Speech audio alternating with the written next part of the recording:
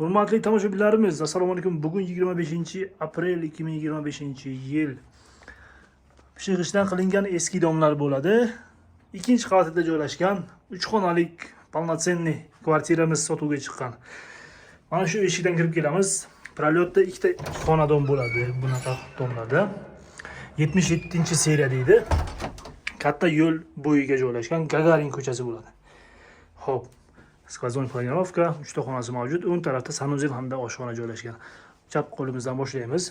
Ichkaridagi eshiklarimiz qarang, akvaplast emas, akva alyumindan ekan. Xo'p, bolajonlarimiz uchun yotoqxona qilib ishlatganlar. Mana shu ko'rinayotgan hamma narsa qolar ekan. Xo'p, отопление самодельный deydi, qo'l bola o'zlari yasab gaz bilan ishlaydi. Mana shu ishlab turar ekan. Tashqaridagi derazalarimiz hammasi akvaplast 2 qavatli oynadan turibdi. Va yonida kattalar yotoqxonasi qilib ishlatgan ekanlar. Ko'chani ko'rsatib o'taman. Mana ko'chamiz Gagarin ko'chasi bo'ladi ana shu. Yo'l bo'yiga joylashgan, pishig'ishdan qilingan eski domlar. 4 qavatlik, ikkinchi qavatida 3 xonalik kvartiramiz sotuvga chiqdi. Hozir mana bu joyni setini yoqamiz.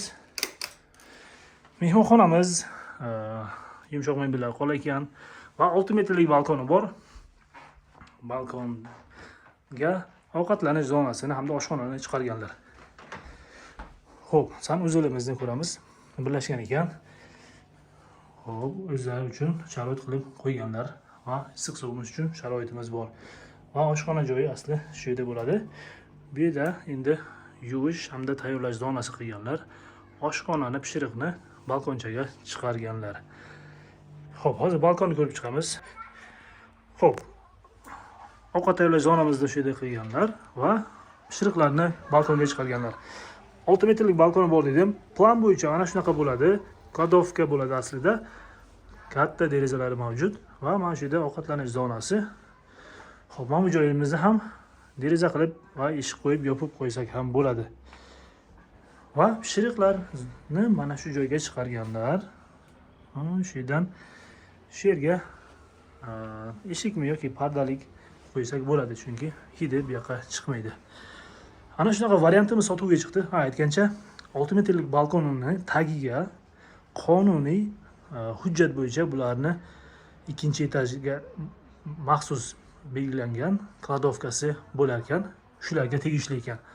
Shuni ham qo'shib olasiz. Gagarin ko'chasi katta yo'lga joylashgan eski 4 qavatli binolar, ikkinchi qavatida 3 xonali kvartiramiz sotuvga chiqdi. Xo'p. Hamma shu narsalar bilan sotilar ekan, kladovka ham qo'shilgan ekan hujjat bo'yicha.